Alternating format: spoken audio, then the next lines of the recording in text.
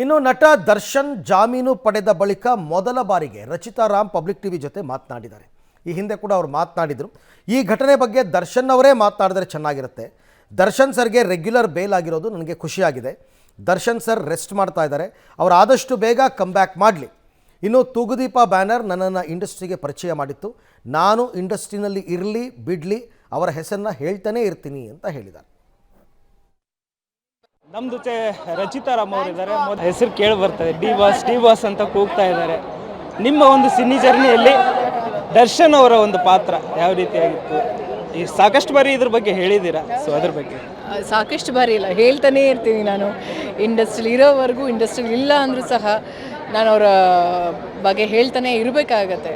Because ನನ್ನನ್ನು introduce ಮಾಡಿದಂಥ ವ್ಯಕ್ತಿ ತೂಗುದೀಪ ಬ್ಯಾನರ್ ನನ್ನನ್ನು ಇಂಟ್ರಡ್ಯೂಸ್ ಮಾಡಿರೋದು, ಬುಲ್ಬುಲ್ ತಂಡ ನನ್ನನ್ನು ಇಂಟ್ರಡ್ಯೂಸ್ ಮಾಡಿದ್ದು. ಸೊ ಅವ್ರಿಗೆ ನಾನು ಹಾಗೆ ನನ್ನ ಕುಟುಂಬ ಈ ಪದನ ಬಳಕೆ ಮಾಡ್ತಾನೆ ಇರ್ತೀನಿ. ಯಾರಿಗಾದರೂ ಬೇಜಾರಾದರೂ ಪರವಾಗಿಲ್ಲ, ಸದಾ ಚಿರಋಣಿಯಾಗಿರ್ತೀವಿ ಅವ್ರಿಗೆ ಅಂತ ಹೇಳಕ್ಕೆ ಇಷ್ಟಪಡ್ತೀನಿ. ಅವರ ಫ್ಯಾನ್ಸ್ಗಳಿಗೂ ಅಷ್ಟೇ ಥ್ಯಾಂಕ್ ಯು ಸೋ ಮಚ್. ಅಂದರೆ ಅಂಥವರ ಲೈಫಲ್ಲಿ ಇಂಥ ಒಂದು ಸನ್ನಿವೇಶ ಬಂದಾಗ, ಈ ಥರ ಘಟನೆ ನಡೆದಾಗ, ಈ ಒಂದು ಘಟನೆ ಬಗ್ಗೆ ಇದ್ರ ಬಗ್ಗೆ ನೀವು ಪ್ರತಿಕ್ರಿಯೆ ಮಾಡಿದಿರಾ ಮತ್ತು ಜೊತೆಗೆ ಅವ್ರನ್ನ ಹೋಗಿ ಭೇಟಿನೂ ಮಾಡಿದಿರಾ? ಅದ್ರ ಬಗ್ಗೆ ನಿಮ್ಮ ಒಂದು ರಿಯಾಕ್ಷನ್ ಈಗ? Let's give him some time. I think ಅವ್ರು ಮಾತಾಡಿದ್ರೆ ಚಂದ ಎಲ್ಲ ವಿಷಯದ ಬಗ್ಗೆ ಅಲ್ವಾ? ಯಾ ಫ್ಯಾನ್ ಗರ್ಲ್ ಮೂಮೆಂಟ್ ಆಗಿ ನಿಮ್ಮ ಜೊತೆಗೆ ಇನ್ನೂ ಒಂದೇನೆಂದರೆ ಈಗ ಅವ್ರಿಗೆ ರೆಗ್ಯುಲರ್ ಬೇಲ್ ಆಗಿರ್ತಕ್ಕಂಥದ್ದು ದರ್ಶನ್ ಅವ್ರಿಗೆ, ಸೊ ಇದ್ರ ಬಗ್ಗೆ ಏನು ಹೇಳಿ? ಖುಷಿ ಇದೆ. ಏನೇ ಹೇಳಿದ್ರು ಅವ್ರು ಬಂದು ಮಾತಾಡಲಿ. Let him speak. ಆ್ಯಂಡ್ ನಾವು ಅವ್ರಿಗೆ ಸ್ವಲ್ಪ ಟೈಮ್ ಕೊಡಬೇಕಾಗತ್ತೆ. And he need some time. And he's taking rest ಅಂತ ಇದೆ, ಆ ಥರ ಒಂದು ವಿಷಯ. And let him rest, let him come back. And ಅವ್ರು ಮಾತಾಡಿದ್ರೇ ಚೆಂದ.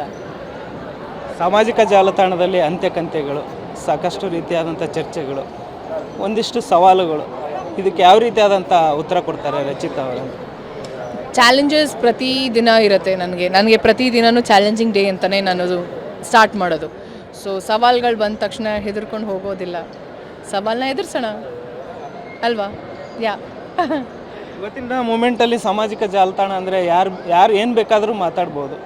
ಒಂದಿಷ್ಟು ರಚಿತಾ ಅವರ ಪರ್ಸ್ನಲ್ ಲೈಫ್ ಬಗ್ಗೆ ಮಾತಾಡಿದಂಥ ಸಂದರ್ಭದಲ್ಲಿ, ಅವರ ಪ್ರಾಪರ್ಟಿ ಆಗಲಿ, ಅವ್ರ ಕಾರು ವಿಷಯಕ್ಕೆ ಬಂದಂಥ ಸಂದರ್ಭದಲ್ಲಿ ಏನು ಹೇಳಕ್ಕೆ ಇಷ್ಟಪಡ್ತೀನಿ? ಇಷ್ಟೇ ನೋಡಿ, ಇಷ್ಟೇ ನನ್ನ ಪ್ರೀತಿ, ನಾನು ಗಳಿಸಿರೋಂಥ ಆಸ್ತಿ ಪ್ರೀತಿ ಎಲ್ಲ. ಸೊ ಐ ಥಿಂಕ್ ನಾನು ಉತ್ತರ ಕೊಡೋದಕ್ಕಿಂತ ನನ್ನ ಅಭಿಮಾನಿಗಳು ಉತ್ತರ ಕೊಡ್ತಾ ಇದ್ದಾರೆ, ಸಾಕು. Thank you.